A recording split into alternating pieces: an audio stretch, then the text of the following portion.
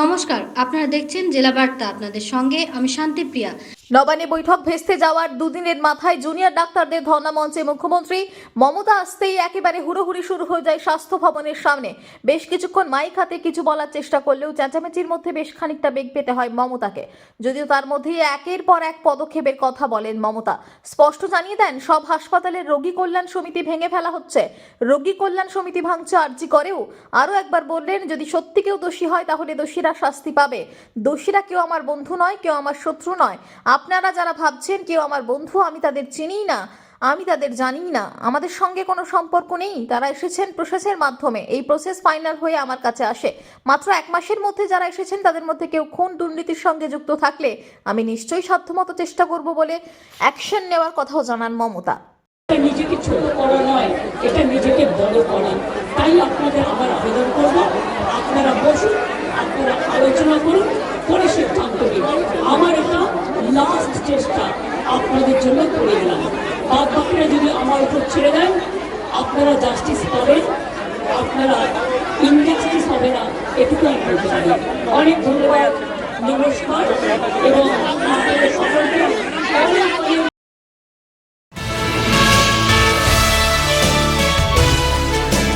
বালি বোঝাই 18টি ট্রাক্টর আটক দুবরাজপুরে।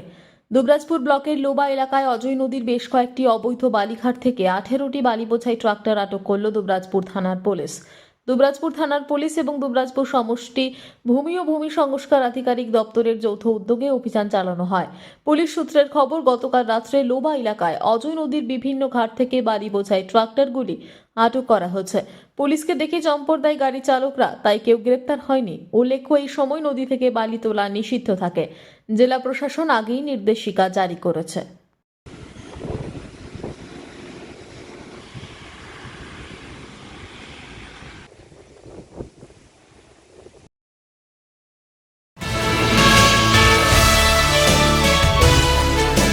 আরজি করে নৃশংস ঘটনার প্রতিবাদে শিলিগুড়িতে কংগ্রেসের মিছিল। উপস্থিত ছিলেন কংগ্রেসের বিশিষ্ট নেতা অধীর চৌধুরী, এছাড়াও শঙ্কর মালাকার সহ আরও কংগ্রেসের একাধিক নেতৃত্ব। মিছিলটি এদিন দুপুরে বাঘাযতীন পার্ক থেকে শুরু হয়, এরপর এয়ার ভিউ মোড়ে গিয়ে শেষ হয়।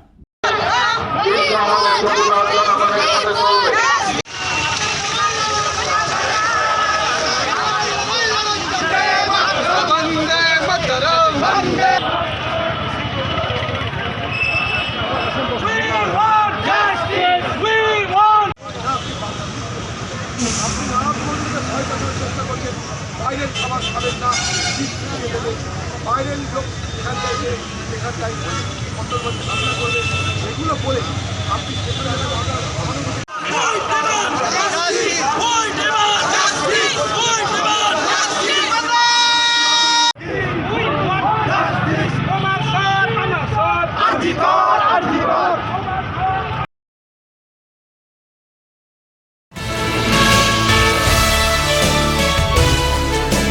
শান্তিনিকেতন এলাকায় ফের নিরাপত্তা ব্যবস্থা জোরদার। কবিগুরু রবীন্দ্রনাথ ঠাকুরের স্মৃতি বিজড়িত শান্তিনিকেতন এলাকায় যাতে কোনো রকম অপ্রীতিকর দুর্ঘটনা না ঘটে, তার জন্য এর আগে সাইবার সেল ও ট্যুরিস্ট পুলিশ ব্যবস্থা করা হচ্ছে।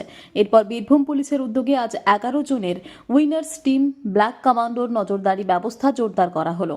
এই টিমটি সকাল 6টা থেকে রাত্রি 11টা পর্যন্ত পরিষেবা দেবেন। এই পরিষেবা সাধারণ মানুষ, পথচারী, পর্যটক থেকে শুরু করে ছাত্রছাত্রী, ব্যবসায়ী এবং স্থানীয় বাসিন্দারা যে কোনো মুহূর্তে এই উইনার্স টিমকে ফোন করলে সঙ্গে সঙ্গে তৎক্ষণাৎ হাজির হয়ে যাবেন ঘটনাস্থলে সাহায্যের জন্য। এই উইনার্স টিম শান্তিনিকেতন এলাকায় এবং সোনাচুরি এলাকা থেকে শুরু করে একদম সতীপীঠ কঙ্কালীতলা পর্যন্ত নজরদারি চালাবেন, যাতে কোনো রকম পর্যটকদের শান্তিনিকেতনে বেড়াতে এসে সমস্যার সম্মুখীন না হতে হয়। এই উইনার্স টিমের জন্য 2টি স্কুটি, একটি মোবাইল নাম্বার দেওয়া হচ্ছে। ফোন করলে সঙ্গে সঙ্গে তারা পৌঁছে যাবেন ঘটনাস্থলে। ফোন নম্বরটি 8001495000। এদিনই অনুষ্ঠানে উপস্থিত ছিলেন বোলপুরে অতিরিক্ত police super Rana Mukhopadhyay, SDPO Ricky Agarwal, Santiniketan থানার ওসি কস্তুরী মুখার্জি সহ অন্যান্য পুলিশ আধিকারিকরা।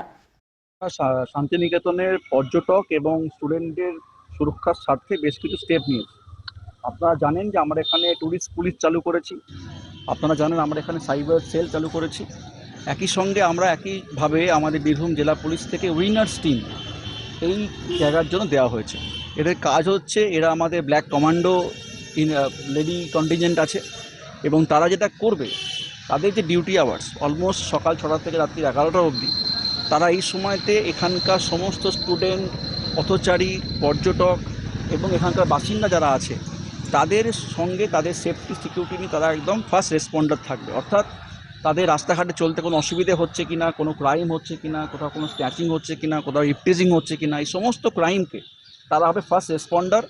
এবং তারা যেহেতু সবসময় ঘুরছে, স্কুটি আমরা দিয়েছি এদেরকে, ফলে এদের সবসময় এদের চোখে চোখে থাকবে সবাই। এবং এরা এদের ফোন নাম্বার শেয়ার করছে, আমাদের কন্ট্রোল রুম নাম্বার শেয়ার করা হচ্ছে, এবং যে থানায় কাজ করতে যাচ্ছে সেই থানার নাম্বারও শেয়ার করছি আমরা। আপনাদের মাধ্যমে আমি এখানকার যারা আছেন, যারা পর্যটক, যারা ব্যবসাদার, যারা ছাত্রছাত্রী আছেন, প্রত্যেকের যারা নাম্বার দিতে চাই, যে নাম্বারে ফোন করলে। আজি আমিরুল ইসলামের রিপোর্ট।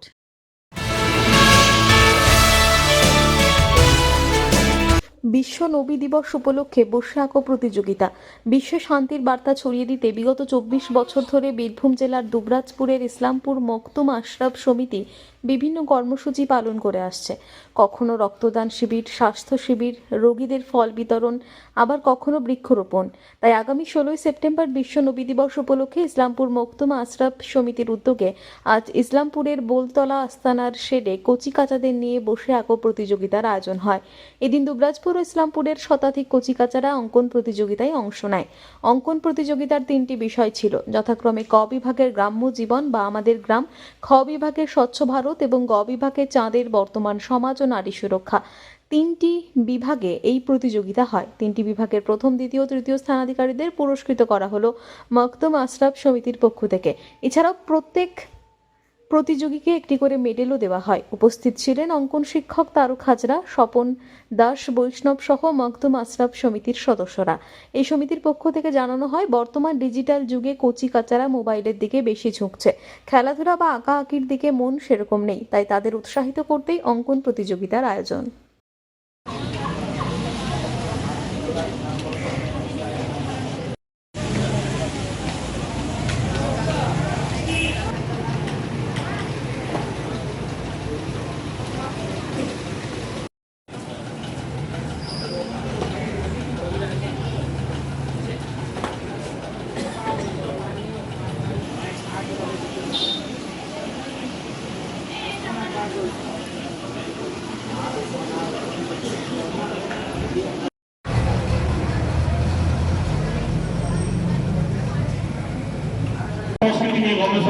এদিকে একটু সর, রাহুল একটু সর।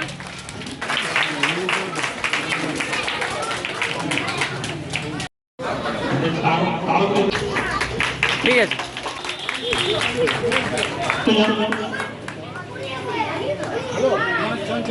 এদিকে এদিকে বাবু।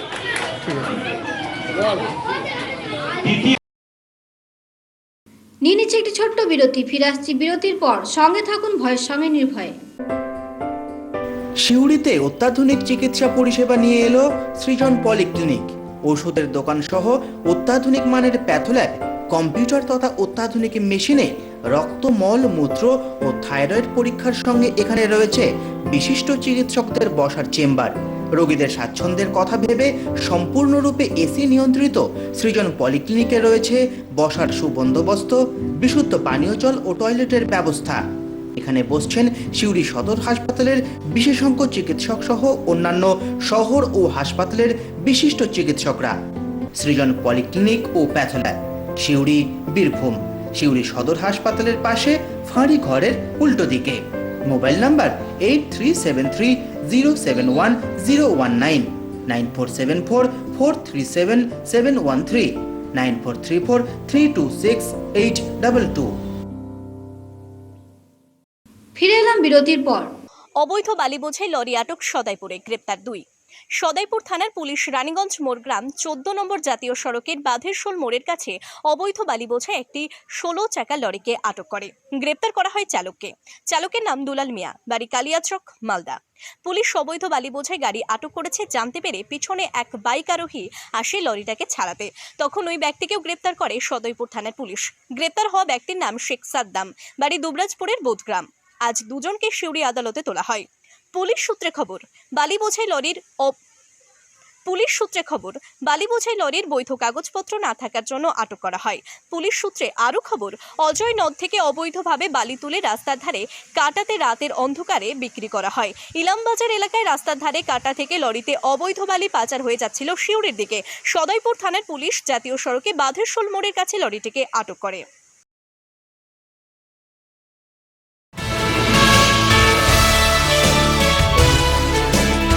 বাড়ির ভেতরে ছাদের অংশ ভেঙে পড়ল, অল্পের জন্য রক্ষা পেল সদ্যজাত শিশু।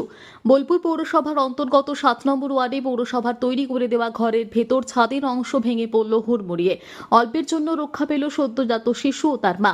পরিবারের সদস্যরা জানাচ্ছেন যে কিছুক্ষণ আগে বাচ্চাটি শুয়েছিল, কিন্তু যে কারণেই হোক বাচ্চাটিকে নিয়ে তার মা বাড়ির বাইরে যান।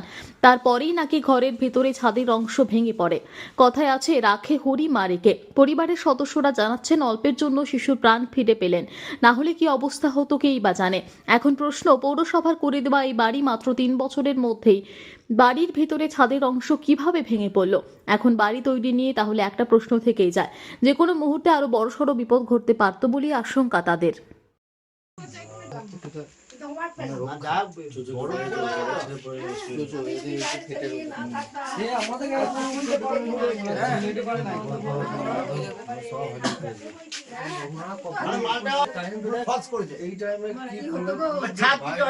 আমি সব বাবাকে বলি ফ্যান চেক করবে, ডিউটি যাই, ডিউটি থেকে এসে আমি সারাদিন থাকি না বলে বাচ্চাটাকে নিয়ে একবার নিজে ফ্রেশ হয়ে একবার এই সামনে দাঁড়ায়। এমনিতে তো বাচ্চা নিয়ে বউ সারাদিন এই ঘরেই থাকে, আমাদের এমনিতে ঘরের খুবই অসুবিধা। পৌরসভা থেকে এই ঘরটা করে দিয়েছিল, বুঝতে পারি না তো এরকম হঠাৎ করে এই বিপদটা হবে। আমার বাচ্চা এখানটা শুয়ে থাকে, এই যে বাচ্চা শুয়ে থাকে সারাক্ষণ এখানে খেলে ঘুমোয় সব কিছু করে। তারপরে রাস্তায় দাঁড়িয়ে থাকার পরে আমার একটু হাসাহাসি, আরো 2-4 জন এসেছিল, একসঙ্গে ছিলাম। বাচ্চাটার কাছে আসে খেলা করে, বউটা বলছে তোমরা কি করছো গো মা, হাসাহাসি করছো। তারপরে পরক্ষণে বউটা বেরিয়ে যাওয়ার পরই দুর্বুর দুর্বুর বিশাল একটা আওয়াজ, বিকট আওয়াজ। আজি আমিরুল ইসলামের রিপোর্ট।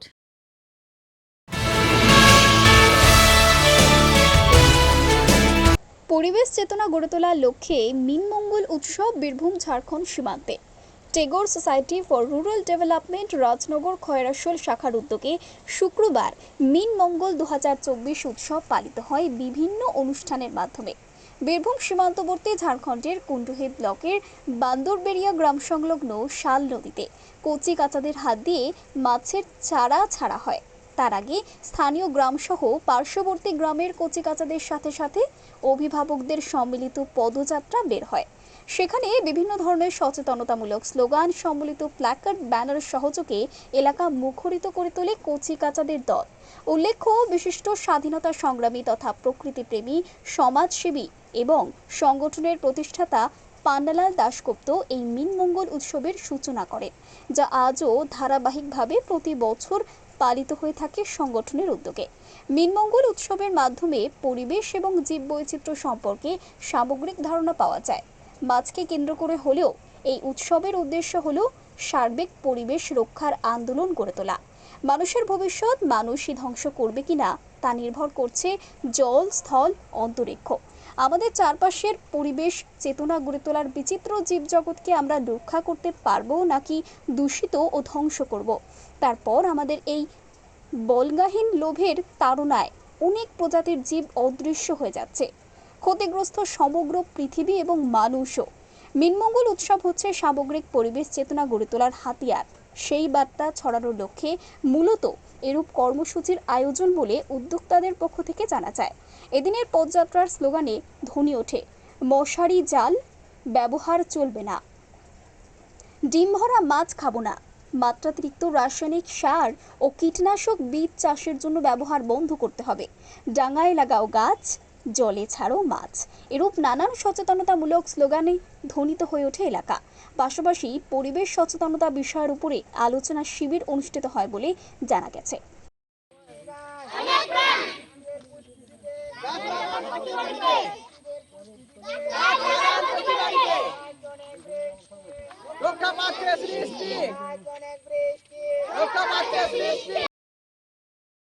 আজকে জেলা বার্তা এই পর্যন্তই। নমস্কার।